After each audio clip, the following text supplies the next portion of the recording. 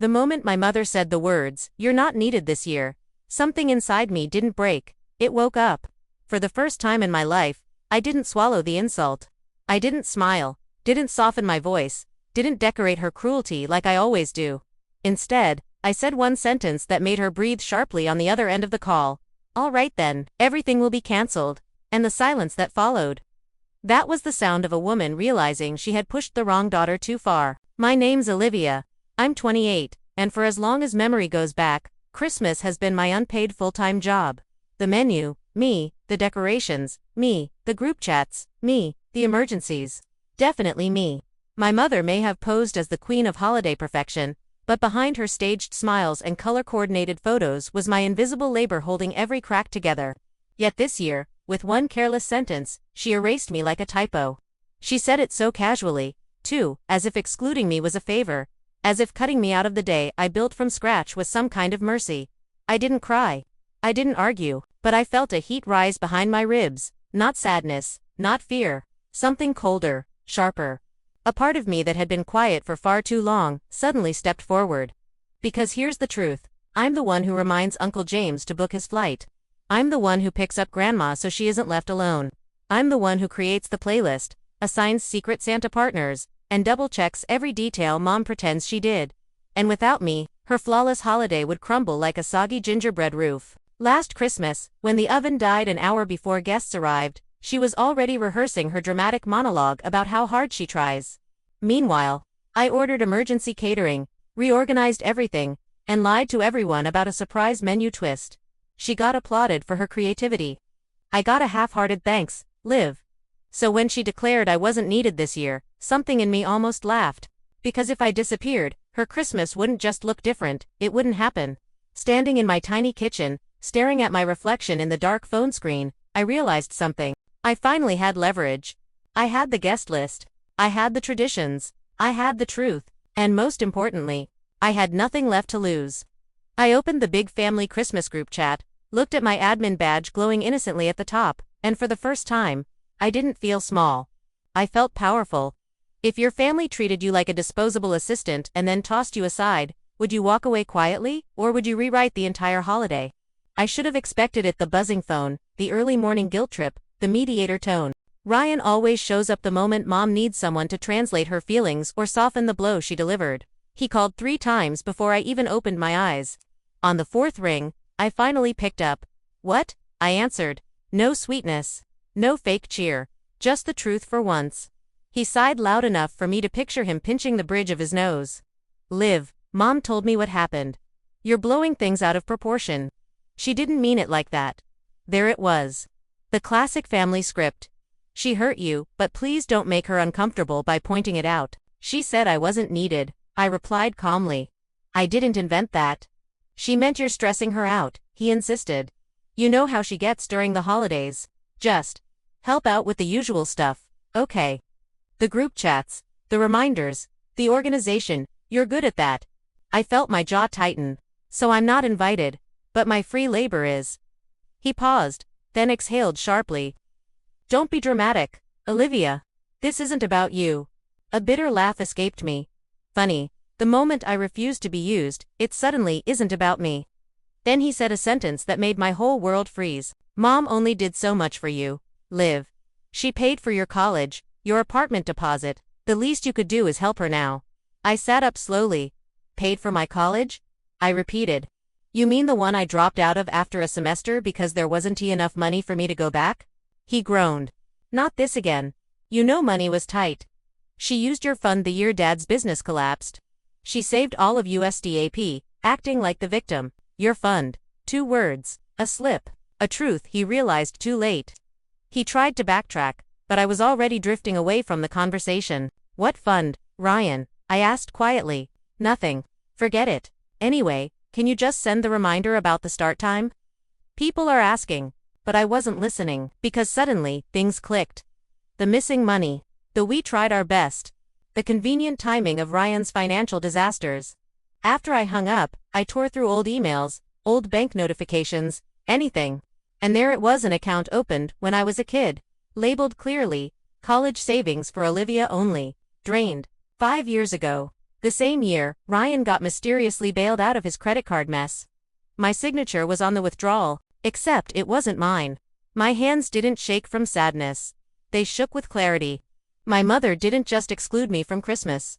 She had quietly rearranged my life like it was hers to rewrite. I opened the family Christmas chat again, this time with intention. If you discovered your own mother stole your future and then dismissed you like nothing, would you keep the peace? Or would you start dismantling her perfect holiday, piece by piece, once I confirmed what I already feared, that the account meant for my future had been drained without my consent? The anger didn't explode. It settled, quiet, heavy, focused.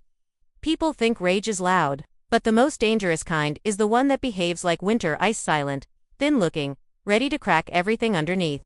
And that was exactly what I felt as I opened the family Christmas group chat and created a new one. I didn't remove Mom. I simply added everyone but her and Ryan. A quieter room. A room without her shadow. I typed slowly, deliberately. Hey everyone, Mom's feeling overwhelmed and wants a smaller Christmas this year, so I'll host at my place in LA for anyone who still wants to celebrate. No pressure, just food, warmth and honesty. I stared at it for a full second, and then hit send. Almost immediately, the chat lit up. Honestly, a smaller gathering sounds lovely. We were only coming because of you. Liv, can I bring dessert? Each message felt like another thread snapping loose from my mother's carefully stitched holiday costume. This wasn't sabotage, this was redistribution. While the chat buzzed, I set my phone on the counter and did something I'd never done before. I recorded myself. No tears, no begging the audience to sympathize, just the truth. I spoke about being the daughter behind the scenes, the one who filled the cracks so my mother could appear flawless. I spoke about the invisible work, the expectations, the guilt that decorated every holiday more than any wreath ever could. I didn't name my mother. I didn't need to. The story spoke for itself.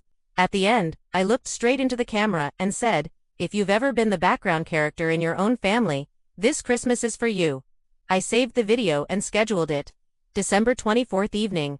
Then real work began. My mother had always kept things under her name to protect her image, but bookings, catering, linens, those were under my account. Her choice, not mine. I canceled everything. Every rental. Every order. Every add-on she needed to impress people who already worshipped her facade. The catering woman even recognized my voice. Oh, it's you again, sweetheart, she said warmly.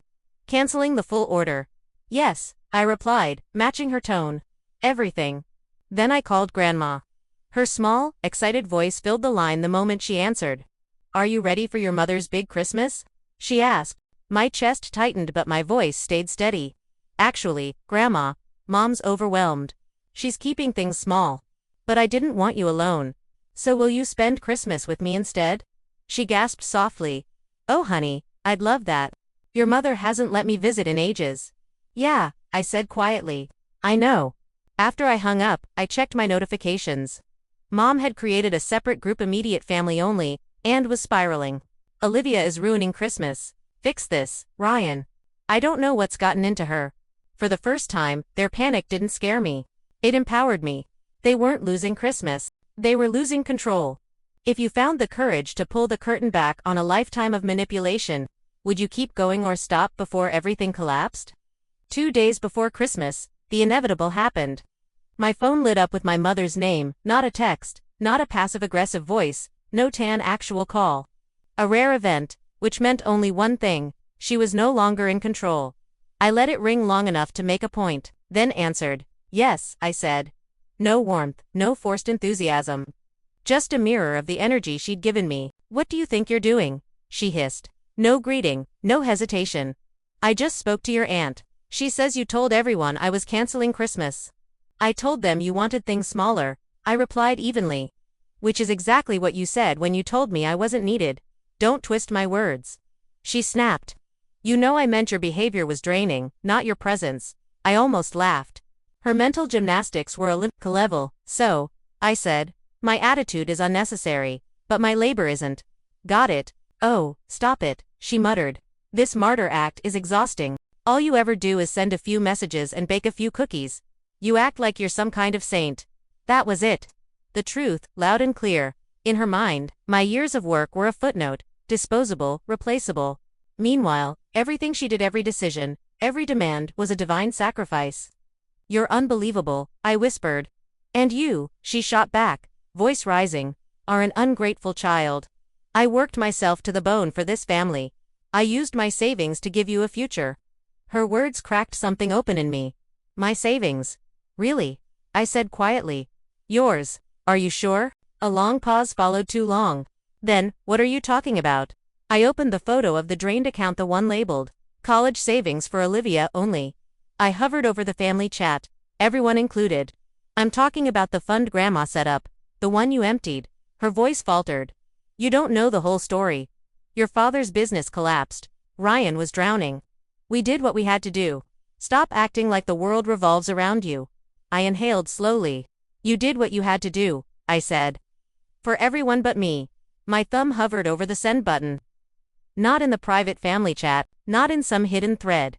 In the new group, the one filled with uncles, aunts, cousins, everyone. I attached the screenshot. This is why I left, I said softly, more to myself than to her. She was still ranting, still firing off accusations, still clinging to a throne built from my efforts. She truly believed she could shame me back into submission. Then she delivered the final blow, raw truth she'd been polishing for years. No one needs you to come this Christmas. Stay in your little apartment with your pity party. This time, the sentence didn't sting. It clarified everything. Cool, I said. Then I added the words that made her inhale sharply, the words that cracked her perfect world. Well, everything will be cancelled then. I ended the call, and pressed send. If you had the evidence in your hand and the courage in your chest, would you expose the truth, or keep protecting the person who broke you? The reaction was immediate. My phone lit up like a warning signal. Messages poured in from every direction. Is this real? What fund? Why didn't anyone know about this? Even Grandma sent a shaky voice note asking if the screenshot was some kind of misunderstanding. I wrote back once, clearly, it's real. I'm not asking anyone to take sides. I'm just not lying anymore. After that, I let the family chat unravel on its own. Everyone had a story. Times my mother borrowed money, took credit for someone else's work, or rewrote a situation to protect her image. It was like pulling back a curtain and watching dust swirl in the light. In the smaller chat, immediate family only, my mother melted down. This is betrayal. How dare you humiliate me? You're destroying Christmas. Ryan tried to calm her. Dad tried to excuse her, but neither could put the genie back into the bottle. By the 24th, my video went live. Notifications exploded. Thousands of strangers watched. Dozens commented with their own stories: forgotten daughters, invisible sons, holiday guilt, family obligations that crushed them. It felt like the world cracked open in a way I never expected. That night, my apartment filled with people: cousins carrying casseroles, uncles bringing wine, neighbors dropping off desserts after seeing my video. Grandma stood beside me, holding my arm, whispering, I should have seen the truth sooner. I swallowed the lump in my throat. You see it now. That's enough, Dad called as the laughter in my apartment echoed behind me. He sounded tired, older somehow. Your mother is devastated, he said. Half the family isn't coming. Ryan walked out. We're sitting at a table for 20 with only 4 people here. Is this really what you wanted? I looked around my living room, messy, colorful, filled with genuine warmth. This isn't what I wanted, I said. It's what happens when truth replaces denial. Dad went silent. Not arguing, not defending, he knew. Hours later, another knock came. When I opened the door, Ryan stood there coatless, flushed from the cold, holding a half-wrapped gift. Can I come in? He asked. Depends, I said. Are you here for Mom's version of the story or the real one? He dropped his gaze. I left, he admitted. She blamed you for everything. She wasn't sorry. Not even for the fund. I don't want to pretend anymore. I stepped aside and let him in. For the first time, he didn't come as Mom's messenger, but as my brother. Later that night, after the guests left and the lights dimmed, another knock echoed, and I knew exactly who it was. My mother. Holiday dress. Mascara smudged. A queen without a kingdom. Can we talk? She whispered. So we did. In the hallway. Under the dim lights. Just 2 women connected by blood, but separated by decades of unspoken wounds. She wanted sympathy. She wanted me to clean up her mess. She wanted me to bend. But I didn't. I told her the truth calmly, completely, without fear. She could change. She could reflect. She could apologize. But not tonight. Not with old habits still clinging to her voice. She left without stepping inside. Not dramatically quietly, like someone who finally realized their power didn't work here anymore. When I returned to my living room, Ryan asked softly, "You okay?" For the first time in years, I really was. Later, as the tree lights blinked softly, I realized something important. Revenge doesn't fix the past. It doesn't erase the pain or restore what was stolen. But it does something else. It stops the cycle. It forces the person who hurt you to face what they created, and it frees you from carrying their secrets. This Christmas wasn't perfect. It wasn't traditional. It wasn't polished. It was mine. If someone finally pushed you out of the life you held together for years, would you let them rewrite the story, or would you reclaim the ending the way I did? Thanks for watching the video, subscribe to the channel, and click the bell icon.